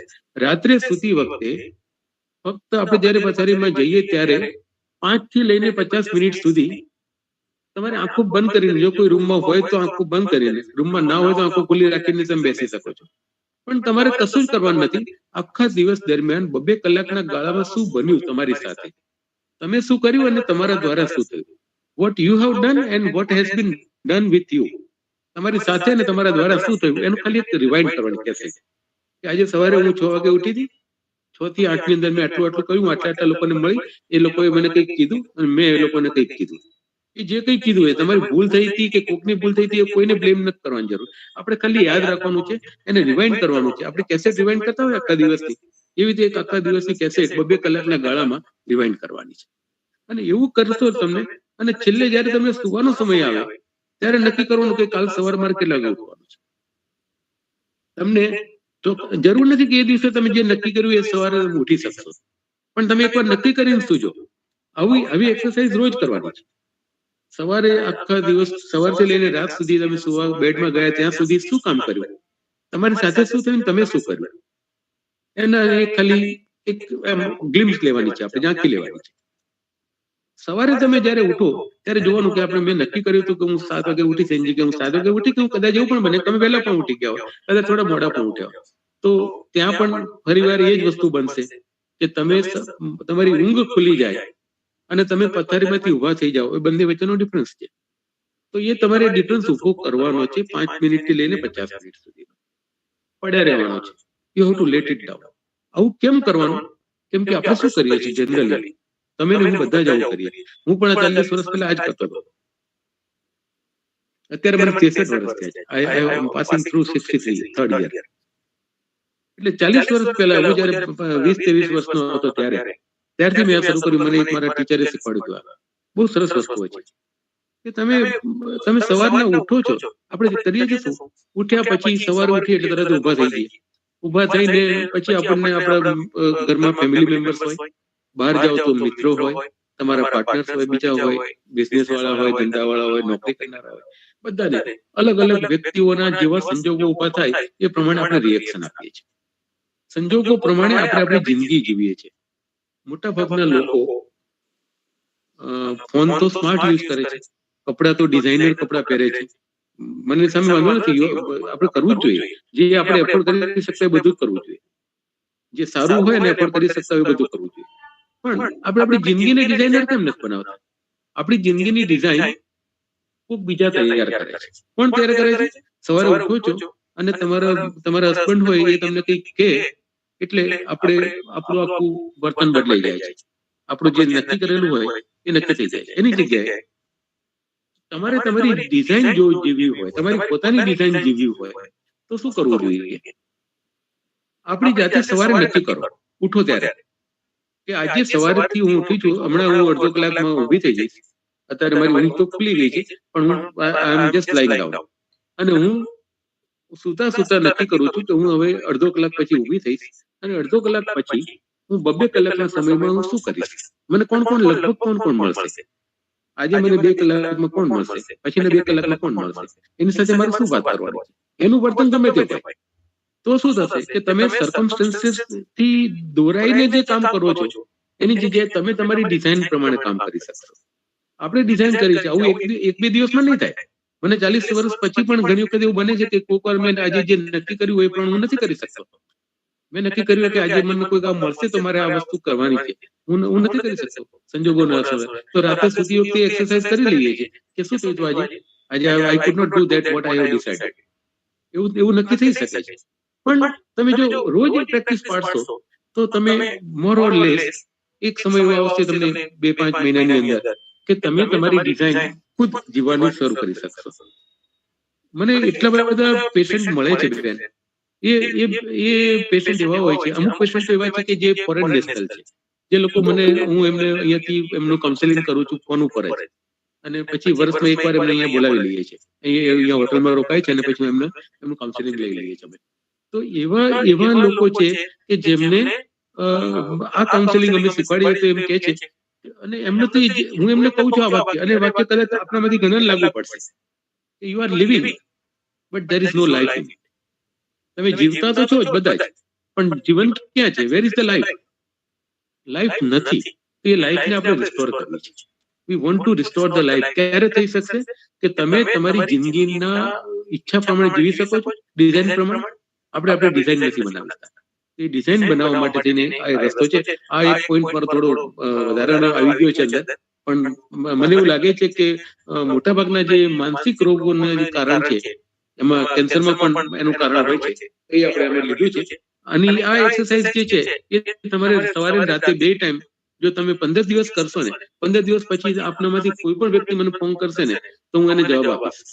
તમને રિઝલ્ટ સરસ મળશે. ખાલી કરવાનું છે શું? આખા દિવસ દરમિયાન શું શું કરવાનું છે, આપણે કોને કોને મળવાના છે, એનું એક પ્લાનિંગ આખા દિવસનું સવારે કરી લેવાનું છે. અને પછી રાત્રે સુધી આપણે જોઈ લેવાનું કે આપણે આવું પ્લાનિંગ કર્યું હતું એ થયું, એમાં શું નથી થયું, કઈ વાંધો નહીં. બીજા દિવસે આપણે એ પ્લાનિંગમાં આપણે ચેન્જ કરીશું આપણી જાતે. એ શક્ય નથી, મારા સંજોગો પ્રમાણે અનુકૂળ નથી થતું, તો હું આવું પ્લાનિંગ કરું. તો તમને તમારી જાતનું પ્લાનિંગ પ્રમાણે જ શીખાશે આપણાથી. બરાબર? So that is one more thing. અને એ થયું સ્ટ્રેસનું કારણ. હવે આપણે એના લક્ષણોની વાત કરીએ. કેન્સરના જે લક્ષણો છે, જનરલ કેન્સરના લક્ષણો, પછી આપણે બ્રેસ્ટ કેન્સરના લક્ષણોની વાત કરીએ. જે લક્ષણો છે, મુખ્ય લક્ષણો છે, એની અંદર શરીરમાં કોઈ પણ જગ્યાએ ગાંઠ થાય. એ મેં આપણે વાત કરી, સૌથી પહેલું વસ્તુ છે. બ્રેસ્ટ કેન્સરની અંદર કિસ્સામાં એવું છે કે ગાંઠ થતી હોય છે, પણ એ આપણે એને જોઈ શકતા નથી, આપણે સમજણ નથી પડતી. એટલા માટે દરેક સ્ત્રીએ સ્પેસિફિકલી 20 વર્ષ પછી, 20 વર્ષની ઉંમર પછી બ્રેસ્ટની એક્ઝામિન ખુદે કરી લેવું જોઈએ. અને ખાલી બ્રેસ્ટનો એરિયા નહીં, પણ બગલનો એરિયા પણ છે, જેને આર્મપીટ કહીએ છીએ, એ એરિયાની અંદર પણ હાથ ફેરવી અને આપણે જ્યારે તમે બાથ લેતા હો, સ્નાન કરતા હો, ત્યારે પણ આ વસ્તુઓ થઈ શકે. એટલે એના માટે સ્પેશિયલ તમારે ટાઈમ આપવો નહીં પડે. ઘણી વખત એવું પણ બની શકે કે જો તમને ખરેખર કોઈ જગ્યાએ કઈ પેઇન કે સ્વેલિંગ એવું લાગતું હોય તો પછી તમારે મિરર સામે ઉભા રહીને પણ એ જોઈ લેવાનું કે બ્રેસ્ટમાં કોઈ પણ એ એરિયામાં અથવા બગલની અંદર કોઈ પણ જગ્યાએ ગાંઠ તમને દેખાય છે. કેમ કે બ્રેસ્ટ કેન્સરનો સૌથી કરુણ જે પ્રસંગ છે એવો છે કે એ જ્યારે પેઇન થવાની શરૂઆત થાય ને ત્યારે તો કેન્સર અંદર ફેલાઈ ચૂક્યું હોય છે. એટલે 4 વર્ષ સુધીમાં તમને પેઇન થતું નથી, ખાલી ગાંઠ જ હોય. એટલે આપણને જ્યારે ગાંઠનું પેઇન થાય ત્યારે જ મોટાભાગના વ્યક્તિઓને ખબર પડે છે કે મને આ ગાંઠ થઈ છે. પણ બાકી તો એટલે રોજ તમે જો એક્ઝામિન કરી લો કે આપણને કોઈ ગાંઠ તો નથી ને અંદર, અને જો એવું ગાંઠ જેવું દેખાય તો તરત જ તમારે એમાં મિરર સામે ઉભા રહીને પણ જોઈ લેવાય. અને એટલું કર્યા પછી જો આપણને ખબર પડે છે તો આપણે બહાર જઈ શકીએ. બીજા કયા લક્ષણો છે પછી એનું ડાયગ્નોસિસની વાત કરીએ. બીજા લક્ષણ છે કે એક ન સમજાય એવો તાવ આવે. ન સમજાય એવો તાવ આવે. રાત્રે એકદમ જ અસામાન્ય રીતે પરસેવો વળી જાય. જે સામાન્ય રીતે લોકોને વળતો હોય એના કરતા અસામાન્ય પરસેવો વળી જાય અને અનઅપેક્ષિત રીતે એનું વજન ઓછું થતું જાય. આ મુખ્ય 4 કારણો છે, 4 લક્ષણો છે કે જેમાં આપણને ખબર પડે. બ્રેસ્ટ કેન્સરની અંદર મોટું બીજું લક્ષણ એ છે કે આપણા જે નિપલ્સ હોય, એ નિપલ્સ જે છે, બ્રેસ્ટની અંદર જે નિપલ્સ છે એ ઇન્વર્ટેડ થઈ જાય. એટલે એ ઊંધા થઈ જાય, એની અંદર ઇન્વર્ટેડ થઈ જાય, રિટ્રેક્ટ થઈ જાય, એ અંદરની ભાગમાં વળી જશે. તો એ જ્યારે અંદરની ભાગમાં નિપલ્સ જો વળી જાય તો એ શ્યોર સાઇન છે. તો આ બધી સાઇન છે. નિપલ્સમાંથી જો ફીડિંગ કરાવતા હોય તો મિલ્ક સિવાયનો જો કોઈ ડિસ્ચાર્જ થાય તો એ પણ કેન્સરની નિશાની છે. કોઈ પણ જગ્યાએ આપણા શરીરમાં તલ કે મોલ થયો હોય, તલ અથવા પેલું મસા જેવું થયું હોય, તો એનો કલર જો બહુ અસામાન્ય રીતે વસગટ થતો હોય તો પણ એ કેન્સરની નિશાની છે. એટલે બ્રેસ્ટ કેન્સરની અને જનરલ કેન્સરની આ 4 કારણો જે છે એની પર ધ્યાન રાખવું પડશે. એનો મુખ્ય પ્રકાર કેટલા છે આપણા કેન્સરના? ટોટલી 200 કરતા વધારે પ્રકારના કેન્સર થાય છે. જે પાર્ટનું કેન્સર થયું હોય એ. પણ સ્ત્રીઓની અંદર જે સૌથી વધારે કેન્સર થાય છે, સૌથી વધારે અગત્યનું, વધારે કોમન અને વધારે ડેડલી જેને કહી શકીએ, જેનો મૃત્યુદર વધારે છે એવું પહેલું કેન્સર છે બ્રેસ્ટ કેન્સર. બીજું છે યોનિ માર્ગનું કેન્સર, જેને સર્વાઇકલ કેન્સર કહીએ છીએ. મળમાર્ગનું કેન્સર કહીએ છીએ અને સ્કિન કેન્સર કહીએ છીએ. આ સ્ત્રીઓમાં થાય છે. પુરુષોની અંદર પ્રોસ્ટેટનું થાય, પ્રોસ્ટેટનું કેન્સર થાય, એ પણ ખ્યાલ આવી શકે. ફેફસાનું કેન્સર થાય, મોંનું કેન્સર થઈ શકે, ગળાનું કેન્સર થઈ શકે અને સ્કિનનું કેન્સર થઈ શકે. લીવર, આંતરડા, સ્વાદુપિંડ અને બીજા કોઈ પણ ઓર્ગનનું કેન્સર થઈ શકે છે. આ બધા જ કેન્સરની અંદર આપણે ડાયગ્નોસિસ કરવું હોય તો અર્લી ડાયગ્નોસિસ માટે શું કરવાનું? એટલે પહેલું છે એક્ઝામિનેશન. એક્ઝામિનેશનમાં તમે જનરલ એક કોઈ પણ ફિઝિશિયન પાસે એક્ઝામિન કરાવી શકો. કોઈ પણ જનરલ ફિઝિશિયન. તમે બહેનો છો તો તમે you can go to gynaecologist, અને એની પાસે એક્ઝામિન કરાવી શકો છો બ્રેસ્ટ કેન્સર માટે અને જનરલ કેન્સર માટે પણ. સેકન્ડ, બ્રેસ્ટ કેન્સર સ્પેસિફિકલી એમાં એક મેમોગ્રાફી કરીને આવે છે, જેમાં મેમોગ્રાફી કરાવ્યાથી મેમોગ્રાફીમાં બે પ્રકારની થશે. એક ખાલી સ્ક્રીનિંગ થશે. સ્ક્રીનિંગ થશે એટલે ડોક્ટરને ખબર પડશે કે એમાં કોઈ ગાંઠ છે કે નહીં, અને જો એ ગાંઠ જેવું હશે તો એને ડિટેક્ટિવ કરવું પડશે, અને એટલા માટે મેમોગ્રાફીનું સ્પેશિયલ મેમોગ્રાફી કરશે અને તમને એની પોસ્ટ પણ આપશે, એનો ફોટો પણ આપશે, એની પ્લેટ પણ આપશે, અને એ મેમોગ્રાફીથી આપણે ખબર પડશે કે ગાંઠ થઈ છે કે કેમ. તો મેમોગ્રાફી કરાવી લેવી એ વધારે સારું છે. અને મેમોગ્રાફીથી અને પછી અલ્ટ્રાસોનોગ્રાફી આપણે કરીએ, યુએસજી કરાવીએ, તો એનાથી એ ખબર પડશે કે કયા પ્રકારની ગાંઠ છે, સાદી છે કે કેન્સરની ગાંઠ છે, એ આપણે ખબર પડશે. એમઆરઆઈ પણ કરાવી શકાય છે. અને બ્રેસ્ટ કેન્સરનો સૌથી સરળ જો કોઈ ડાયગ્નોસ્ટિક ઉપાય હોય તો એ છે બાયોપ્સી કરાવવાનો. એટલે એ પાર્ટમાંથી એના સેલ લઈ અને એને લેબોરેટરીમાં મોકલી શકીએ તો ખબર પડશે કે એ કેન્સરની ગાંઠ છે કે કેમ. તો આટલા વસ્તુઓ છે, એના લક્ષણો છે. હવે આપણે એના મૂળ મુદ્દા પર આવીએ, અને એની છે સારવાર માટેની. સારવાર માટે એવું કહેવાય છે કે કેન્સર એટલે કેન્સર એવું પહેલા મનાતું હતું, હવે એવું કહી રહ્યું નથી. હવે કેન્સર, ઘણા કેન્સર એવા છે કે જે મટી શકે છે, અને જે મટી શકે એવા કેન્સર છે એમાં એલોપેથિક મોડર્ન હોસ્પિટલો જે છે, આપણી સરકારી હોસ્પિટલો છે, એમાં ઘણી બધી સરકારી સ્કીમો છે કે જેના હેઠળ કોઈ પણ સ્ત્રીને કોઈ પણ પ્રકારનું કેન્સર થયેલું હોય તો એમાં એ મફત સારવાર થાય છે. એની ઇન્કમ ગ્રુપ ગમે તે હોય, ઉંમર ગમે તે હોય, એની આવક મર્યાદા કોઈ નથી, પણ એ દરેક સ્ત્રીને કેન્સરની સારવાર જે છે એ ફ્રી ઓફ કોસ્ટ સરકારી હોસ્પિટલમાંથી મળી શકે છે. અમુક પ્રાઇવેટ હોસ્પિટલો છે, અમુક ચેરિટેબલ હોસ્પિટલો છે, એમાં પણ સારી સારવાર અને રિઝનેબલ રેટથી પણ નજીવા દરે પણ સારવાર મળી શકતી હોય છે. સારવારની અંદર મેડિકેશન પણ થાય, કેમોથેરાપી પણ થઈ શકે, રેડિયેશન પણ થઈ શકે, હોર્મોન થેરાપી થાય છે, સ્ટેમ સેલ રિપ્લેસમેન્ટ થાય છે, સ્ટેમ સેલ થેરાપી જેને કહીએ છીએ, અને છેલ્લે હોય છે સર્જરી.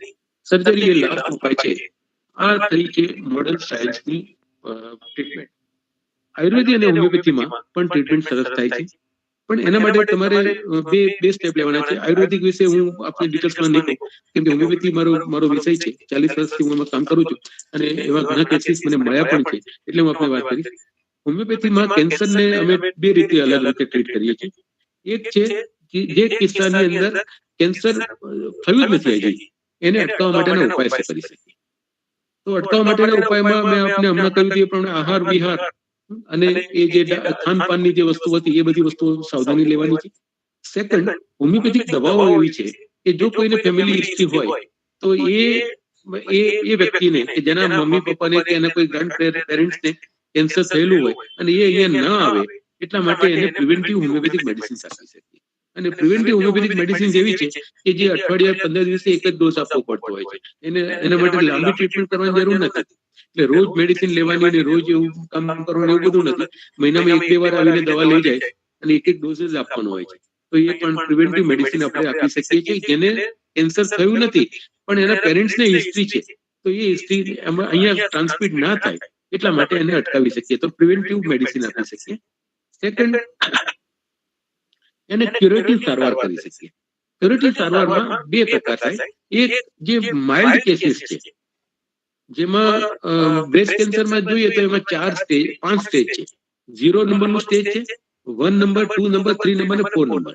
4 નંબરનું સ્ટેજ એવું છે કે જેમાં કેન્સર છે એ બ્રેસ્ટથી નીકળીને બીજા શરીરના કોઈ પણ ભાગમાં ફેલાઈ શકતું હોય છે, અને એમાં તો અમારો કોઈ રોલ નથી, એમાં સર્જરી પણ કોઈ રોલ નથી.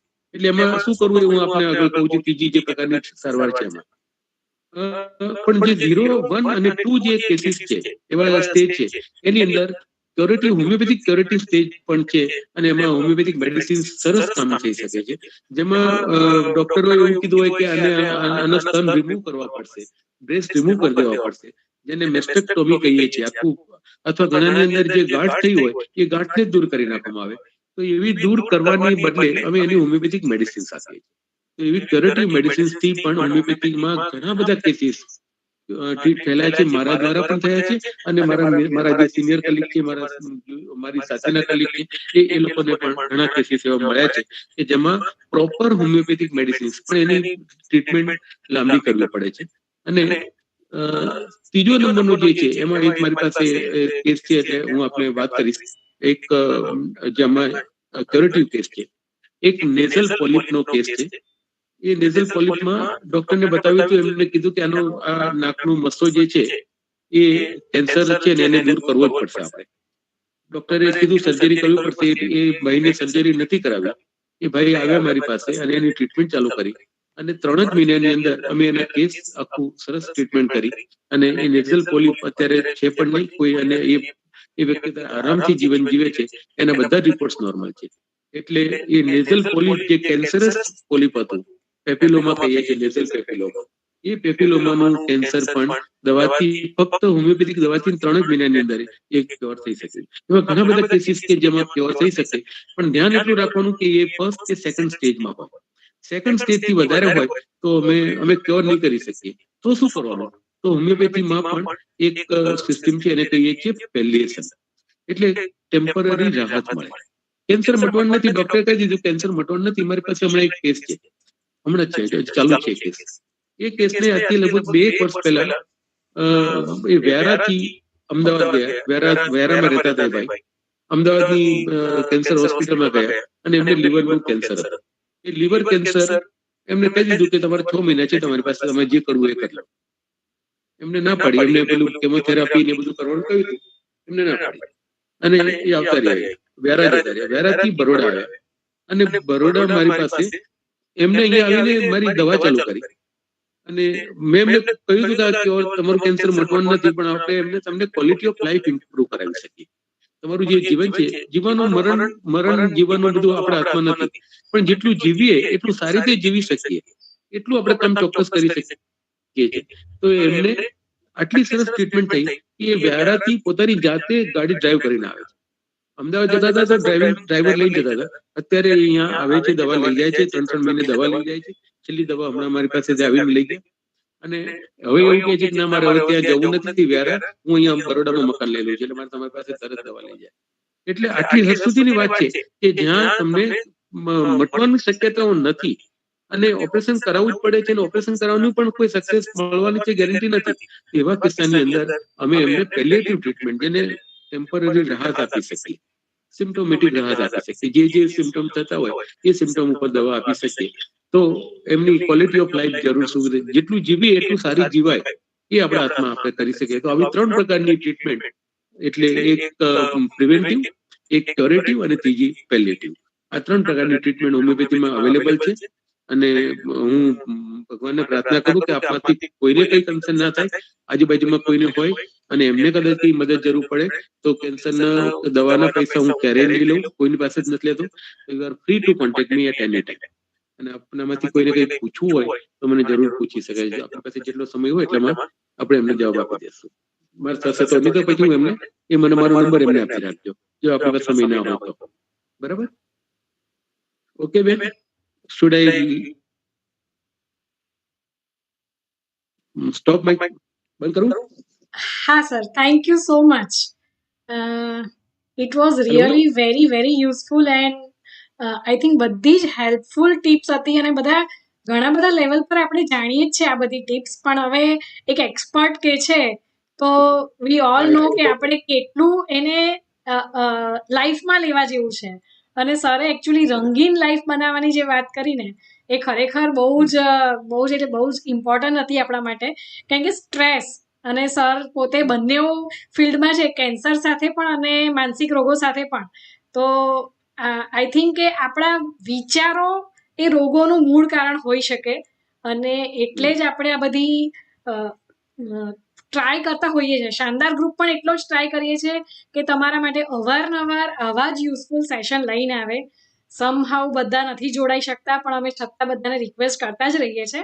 પણ આજનો સેશન પણ it was really very helpful for all, કે at least prevention is better than cure. આપણે ખાલી કહેવાનું નથી, પ્રિવેન્શન લઈશું અને કઈ રીતે લઈશું એ ખબર હશે તો આપણે એની પર એક્શન ચોક્કસ લઈ શકીશું. એટલે ઓર્ગેનિક ફૂડ માટે, પ્લાસ્ટિકના યુઝ માટે, કે આપણે જે થોડું પોતાના માટે મેડિટેશન કે જે કહેવાય રિલેક્સેશન, એ ટિપ્સ, એવી બધી જ કામની ટિપ્સને આપણે આજથી જ એક્શનમાં લઈશું. જંક ફૂડ, એના માટે પણ આપણે ઘણી બધી વાર સમજતા હોઈએ છીએ પણ ક્યારેક ઇગ્નોર કરી નાખતા હોઈએ છીએ, રાઈટ? તો સિરિયસલી બધી જ ટિપ્સ બહુ જ ફાઇન અને હેલ્પફુલ હતી. બસ બધાને એક જ રિક્વેસ્ટ છે કે તમે હમણાં કંઈ ક્વેશ્ચન આવતો હોય ને તો પૂછો. સર આપણા માટે આવેલા જ છે. આપણે ટાઈમ લિમિટ નથી રાખતા એટલા માટે જ કે તમે અહીંયા જે લાભ લેવા માંગો છો એ લાભ લઈ શકો. તો તમને કોઈ પણ ક્વેશ્ચન હોય તો પૂછી લેશો. યસ, કોઈને કંઈ ક્વેશ્ચન પૂછવો છે? સર તમારા માટે વાંધો નથી, હમણાં ટાઈમ છે એટલો? હું બેઠો છું એટલે મેં આપને કહ્યું હાજી, કે આપનો ટાઈમનો લિમિટ હોય તો વાંધો નથી. Yes yes yes. તો હા, સરનો કોન્ટેક્ટ નંબર ચોક્કસ આપીશું. પણ અત્યારે બી કોઈને કોઈ માઇન્ડમાં ક્વેશ્ચન આવતો હોય તો યુ કેન આસ્ક. કોઈને કંઈ પૂછવું છે કેન્સર રિલેટેડ? Hello sir.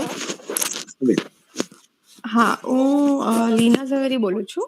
બરાબર. એકચ્યુઅલી તમારો સેશન આજે ફાઇન હતો અને મારી મધરનું બ્રેસ્ટ કેન્સરનું ઓપરેશન થયેલું જ છે લાસ્ટ યર. હા, એટલે એમનું ડિટેક્ટ થયેલું 3rd સ્ટેજ પર થયેલું. બરાબર.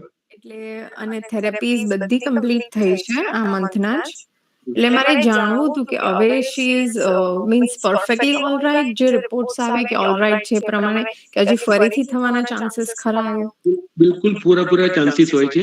અને એટલે શું કરવું જોઈએ કે હવે જે પ્રિવેન્ટિવ મેજર્સ છે એ આપણે લેવા જોઈએ. અને આપ કોન્ટેક્ટ કરશો તો હું આપને જરૂર મારાથી જે થઈ શકશે એ હોમિયોપેથિક મેડિસિન્સ, પ્રિવેન્ટિવ મેડિસિન્સ, હવે પછી ના થાય, રિકરન્સ ના થાય ને. હા, શ્યોરલી. એકચ્યુઅલી નેક્સ્ટ મંથે એકચ્યુઅલી બેંગ્લોર રહે છે અને નેક્સ્ટ મંથે આવવાની જ છે, તો હું શ્યોરલી તમારા સાથે એક મીટિંગ અરેન્જ કરીશ. એમના રિપોર્ટ્સની જે ડિટેલ હોય ને મને મોકલશો ને તો પણ મારાથી જે સજેસ્ટ થશે હું કરી આપીશ આપને. હા હા, ચોક્કસ ચોક્કસ. હા હા, થેન્ક યુ સર. યસ, બીજા કોઈને કંઈ? ઓકે, તો એવું વિચારી લઉં કે જેટલું આ તમને ટિપ્સ મળી છે એને એક્શનમાં લેશો.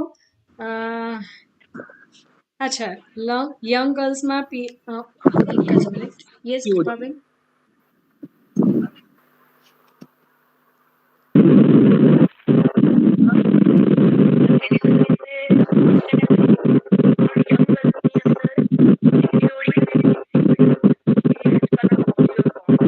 પીસીઓડી માટે, રાઈટ? હા, તમારો અવાજ બહુ જ કપાઈ જાય છે અત્યારે. પણ પીસીઓડી માટે પણ સરસ દવા છે હોમિયોપેથીમાં અને એ આપને ચોક્કસ મળી શકશે. ખાલી તમારે કોન્ટેક્ટ કરવો પડશે મારો. ઓકે.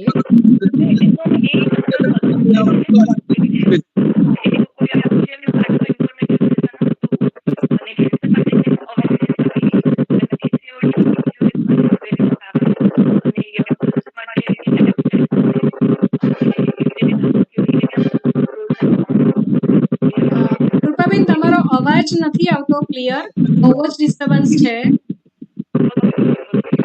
તો મને ક્યાં તો ચેટમાં લખી દો તો હું થોડું કન્વે કરી દઉં. અને સર ક્વેશ્ચન છે, સનબર્નનો પ્રોબ્લેમમાં આગળ જતા કેન્સરના ચાન્સ ખરા?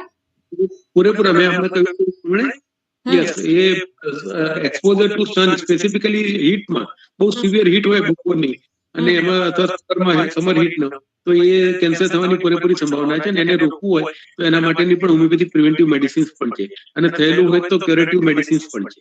ઓકે. હેલો, હજી એક ક્વેશ્ચન હતો તમારો. બોલો. હા, તમારો આ સેશન તમે રેકોર્ડ કરેલો છે? ટ્રાય તો કર્યો છે પણ ગયા વખતે મેં રેકોર્ડ કર્યો ને તો મિસ થઈ ગયો, નતો થયો. એટલે હવે આઈ ડોન્ટ નો થાય છે કે નહીં. નો પ્રોબ્લેમ. થશે તો શેર કરી દઈશ શ્યોરલી. યસ. કેન્સર કોઈ ક્વેશ્ચન હતો, કેન્સર ગમે તે ઉંમરે થઈ શકે છે, મેનોપોઝ પછી પણ થઈ શકે છે, એવું નથી કે ના થાય.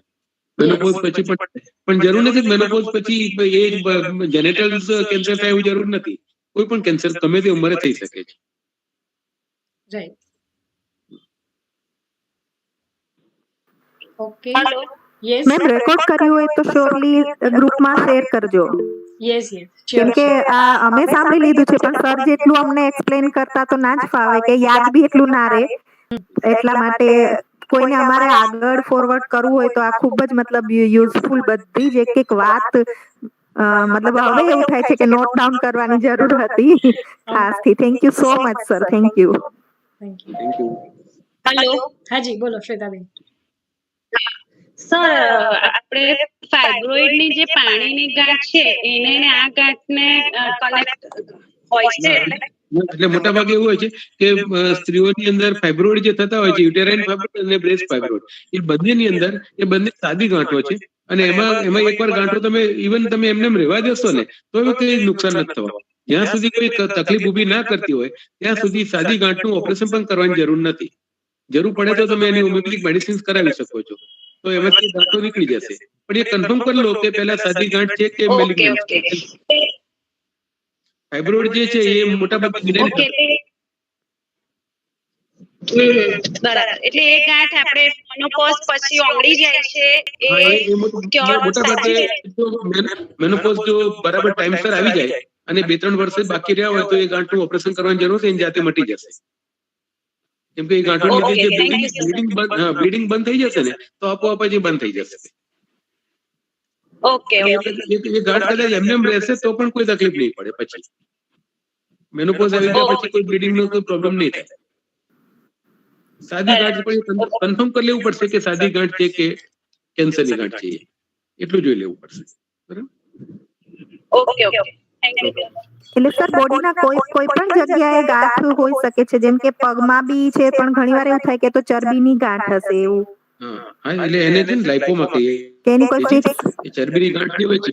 હા, એવી ગાંઠો છે તો એનું એકવાર બાયોપ્સી કરાવી લેવી જોઈએ. જો આપણને બહુ જ આમ લાગતું હોય તો, બીક લાગતી હોય તો બીવાની જરૂર નથી હોતી. જનરલી આ બધા જે કેન્સર છે એમાં જ ડર લાગવાની જરૂર છે. હમણાં જે મેં વાત કરી, જે 8-10 કેન્સર એવા છે કે જેનું આપણને બધાને બહુ જ ગભરામણ થાય છે. સ્ત્રીઓને સ્પેસિફિકલી બ્રેસ્ટ કેન્સર અને સર્વાઇકલ કેન્સર, પુરુષોની અંદર પ્રોસ્ટેટ અને એ મોનું કેન્સર, આ બધી વસ્તુઓ બહુ ઝડપથી ફેલાય છે. એટલે અને એ બધા રિસ્ક ફેક્ટર છે, એટલે લાઈફ થ્રેટનિંગ હોય છે. જ્યારે આ બધી ગાંઠો એવી છે કે જેમાં હાથ પગ ઉપર છે નાની ગાંઠ થઈ હોય તો એને ગુજરાતીમાં રસોળી કહીએ છીએ. એટલે એ બધી ગાંઠોની કઈ ચિંતા કરવાની જરૂર નથી. જ્યાં સુધી એ બહુ વધતી ના હોય ત્યાં સુધી કઈ ચિંતા કરવાની જરૂર નથી. એને છંછેડવી નહીં. જ્યાં સુધી તમે કઈ નડતી ના હોય ત્યાં સુધી કઈ વસ્તુ છંછેડવું નહીં. છંછેડીએ ને તો પછી બીજા એમાં એનું ઇરિટેશન થવાથી બીજા ભાગમાં ફેલાય છે. એટલે જાણી જોઈને શું ઊભું નહીં કરવાનું. સર, બ્લડ કેન્સર ક્યોરેબલ હોય છે ખરા? મોટા ભાગના કિસ્સામાં નહીં. બ્લડ કેન્સરની અંદર ફક્ત તમે એનું લોહી જે છે એ તમે ટ્રાન્સફોર્મ કરતા રહો. જેટલી વાર તમારે બ્લડ ટ્રાન્સફ્યુઝન કરવું પડે એટલી વાર કરતા રહો તો એવું બને કે ઘણા વખત પછી એ કંઈક સારું થાય, પણ એ દરમિયાન એનું જે લાઈફ ટેન્યુઅર છે એ પૂરી પણ થઈ ગયું બાળકની. એટલે મોટાભાગે બ્લડ કેન્સર છે એ હજુ પણ ક્યોરેબલ નથી. કોઈ પણ સિસ્ટમમાં નથી. બ્લડ કેન્સર હજુ પણ કોઈ સિસ્ટમમાં નથી. અને એના પણ બેઝિક રીઝન તો આ જ છે ને, બ્લડ કેન્સરના પણ અચ્છા, મેં હમણાં કહ્યા એ પ્રમાણે વારસાગત હોઈ શકે છે અને આપણી ખાનપાનની રીતોમાં ને બધામાં હોઈ શકે છે. બરાબર. ઓકે, આઈ હોપ કે બધાએ જ આ ક્વેશ્ચન આન્સર્સ અને એ સિવાય પણ જે ટિપ્સ સરે આપી એ બધી જ સાંભળી છે અને આજથી જ એક્શનમાં લાવી દઈએ. અને જંક ફૂડનું તો ભલે બંધ નહીં કરી શકીએ પણ ઓછું તો કરી જ દઈએ. બરાબર. પણ મેં આપણે કહ્યું કે રાતની અને સવારની 5-5 મિનિટે એક્સરસાઇઝ કરવાનું ચાલુ કરો. યસ, એ પણ બહુ જ યુઝફુલ હતી. અને હું આપને એવું કહીશ કે મને 15 દિવસ પછી રિપોર્ટ આપો. 15 દિવસ સુધી એકચ્યુઅલી ભલે 5 મિનિટથી 5 મિનિટ, 10 મિનિટથી 10 મિનિટ પણ કરી જુઓ અને you will find a great difference. હું 40 વર્ષથી કરી રહ્યો છું, મને એટલો બધો અનુભવ થાય છે ને અત્યારે. આઈ ઓલવેઝ લીવ કે મને મારી પોતાની જિંદગી જીવું છું. તમારી સાથે શું બોલતું છે ને એ પણ આજે સવારમાં નક્કી થઈ ગયેલું હોય. સાચી મને વાત. કયા કોઈ અજાણી વ્યક્તિ આવે તો શું મને પૂછી શકે છે અને મારે શું જવાબ આપવાનો છે. ઇનફેક્ટ મને તો કદાચ એવું લાગે છે કે આજકાલ બહેનો એવી બૂમો પાડે છે ને કે ભૂલાઈ બહુ જાય છે બધી વસ્તુઓ, પણ આનાથી મેમરી પણ ઇમ્પ્રુવ થઈ જશે. એક્સરસાઇઝ કરો ને, આ એક્સરસાઇઝ તો બહુ છે. આ છે ને આખી લાઈફને ઇમ્પ્રુવ કરનારી એક્સરસાઇઝ છે. સરસ exercise. Right. Sure. Thank you so much. It was really amazing session. Thank you for spending so time. Thank you everyone. સાથે અને આપનું વે ઓફ વર્કિંગ જે છે બહુ સરસ છે, મજા આવી ગઈ મને. બરાબર છે. આઈ હોપ કે આવા ચાન્સ અમને ફરીવાર આપતા રહેજો. ચોક્કસ. બરાબર. અને અહીંયા આવેલા બધાને એક ખાસ રિક્વેસ્ટ કરીશ, જો તમને આજના સેશનમાં કંઈ પણ ખરેખર લઈને ગયા હોય તો હું આજે ગ્રુપ આપણું ઓપન કરવાની છું, શાનદાર ઇવેન્ટ્સ વાળું. તમે એમાં તમારા ફીડબેક મૂકો, જેથી કરીને લોકોને થાય કે જો સારી કામની વસ્તુઓ હોય તો બપોરે ફ્રી બેઠા હોય એના કરતાં આવી રીતે કંઈક સાંભળે, ક્યારેક ને ક્યારેક કામ લાગે, રાઈટ? તો આપણે નિયર ફ્યુચરમાં ન્યુમરોલોજીનો લાવવાના છે, ઇમોશનલ હેલ્થ વિશે લાવવાના છે સેશન. એવા ઘણા બધા સેશન આવે છે, તો પ્લીઝ ડુ જોઈન. અને શાનદાર ગ્રુપનો મોટો એક જ છે, હેલ્પ અધર્સ અને let's work together to live better life, right? તો આપણે બધા ભેગા થઈને આ કામ કરવાનું છે. અને એટલે જ આપણે જે આ પ્લાસ્ટિક પ્રદૂષણનું પણ ચાલી રહ્યું છે આજકાલ, એમાં પણ થોડાક જોડાશો તો અમને વધારે ગમશે. સરે જેવી રીતે કીધું એવી રીતે સિંગલ યુઝ પ્લાસ્ટિક તો આપણે લેવાનું જ નથી યુઝમાં. અને જો આપણા ઘરમાં પેકેટના ફોર્મમાં કે કંઈકના ફોર્મમાં આવી જતું હોય તો એનું બહુ ઇઝી સોલ્યુશન છે ઇકોબ્રિક, જેનું આપણે ઘણા વખતથી પ્રમોશન કરી રહ્યા છે અને બહુ જરૂરી પણ થઈ ગયું છે. કારણ કે એ પ્લાસ્ટિક ક્યાંક ને ક્યાંક જો બળે છે અથવા તો પાણીમાં વહેતું જઈને પ્રાણીઓને મારે છે અને પ્રદૂષણ કરે છે, તો બેટર છે એના કરતાં આપણે એને જ આપણા ઘરમાં ફિટ કરી દઈએ બોટલમાં અને એની ઇકોબ્રિક બનાવીએ, જેનું બહુ બધા અલગ અલગ કન્સ્ટ્રક્શન્સ થઈ રહ્યા છે ઓલરેડી. તો આઈ હોપ કે તમે બધી જ જુદી જુદી માહિતી અહીંથી લઈને જાઓ, પછી ચોક્કસ એને એક્શનમાં લો, ખાલી લઈને ના જાઓ. બહુ હાર્ડલી તમને એક ચોક્કસ વાત કહીશ કે ખાલી સાંભળીને જશો એનાથી લાઈફ નહીં બદલાય. જે પણ વસ્તુ સાંભળીને જશો એને એક્શનમાં લેશો ને તો લાઈફમાં 100% ચેન્જ આવશે ને આવશે જ. અને સર તમે કીધું એ પ્રમાણે તમે 40 વર્ષથી બીમાર નથી પડ્યા, એવી તો હું 12 વર્ષથી વિધાઉટ મેડિસિન છું. અને આઈ પ્યોરલી બિલીવ કે there is an alternate, કે જરૂરી નથી કે એવરી ટાઈમ મેડિસિન જ લેવી પડે, if we can find alternate, right? બિલકુલ સરસ. Fine. Thank you Keep so it up. Much. Thank you so much. Thank you everyone. Hope to see you soon all. Thank you very much sir, અને thank you audience. Yes અને આપણે કોઈને પણ contact કરવો હોય તો મારો number આપી રાખજો. બિલકુલ, બધાને નંબર જેને પણ જોઈશે બધાને શ્યોરલી. ચાલો. Thank you. Okay, have a nice day. Bye. Thank you. Bye. Thank thank you. You everybody.